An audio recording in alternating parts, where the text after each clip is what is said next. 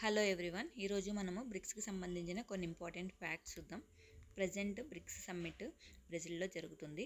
దాని complete details video కావాలంటే comment చేయండి.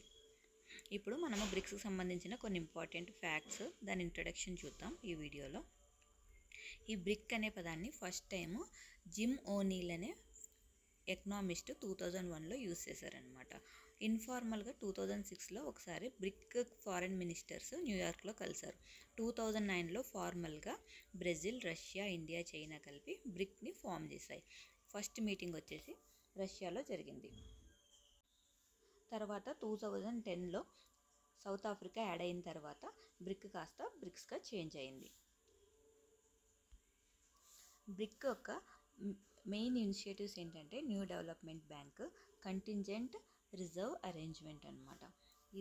ఈ న్యూ డెవలప్మెంట్ బ్యాంక్లో ఓటింగ్ పవర్ అన్నది అన్ని కంట్రీస్కి ఈక్వల్గా ఉంటుంది. ఈ న్యూ డెవలప్మెంట్ బ్యాంక్లో ఫౌండింగ్ మెంబర్స్తో పాటు బంగ్లాదేశ్, యుఏఈ, ఈజిప్ట్, ఉరుగ్వే ఉన్నారనమాట. ఈ బ్రిక్ మెంబర్స్కి మళ్ళీ న్యూ డెవలప్మెంట్ మెంబర్స్కి డిఫరెంట్ ఉంటారు. ఈ డిఫరెన్స్ కొంచెం ఇందులో మీకు క్లారిటీగా వస్తుంది. న్యూ డెవలప్మెంట్ బ్యాంక్లో మెంబర్షిప్ యునైటెడ్ నేషన్స్లో ఉన్న అన్ని ఏదైతే నేషన్స్ ఉన్నాయో వాళ్ళందరికీ ఓపెన్ ఉంటుందన్నమాట.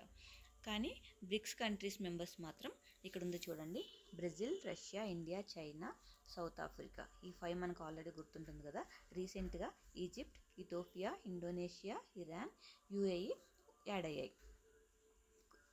కొన్ని చోట్ల మనము సౌదీ అరేబియా కూడా బ్రిక్ మెంబర్ అని అనుకుంటాము, కానీ సౌదీ అరేబియా ఇంకా ఫార్మల్గా జాయిన్ కాలేదు. బ్రిక్స్ ఇన్వైట్ చేసింది అర్జెంటీనా ఇంకా సౌదీ అరేబియాని. అర్జెంటీనా మాత్రం రిజెక్ట్ చేసింది. అక్కడ గవర్నమెంట్ చేంజ్ అవడం వల్ల అర్జెంటీనా న్యూ గవర్నమెంట్ బ్రిక్స్ మెంబర్షిప్ని రిజెక్ట్ చేసింది. సౌదీ అరేబియా మాత్రం ఇంకా ఫార్మల్గా జాయిన్ కాలేదు. ఇది ఇంకా టాక్స్లోనే ఉంది. ఐ హోప్ మీకు ఈ టాపిక్ అర్థమైందని అనుకుంటున్నాను. Thank you so much.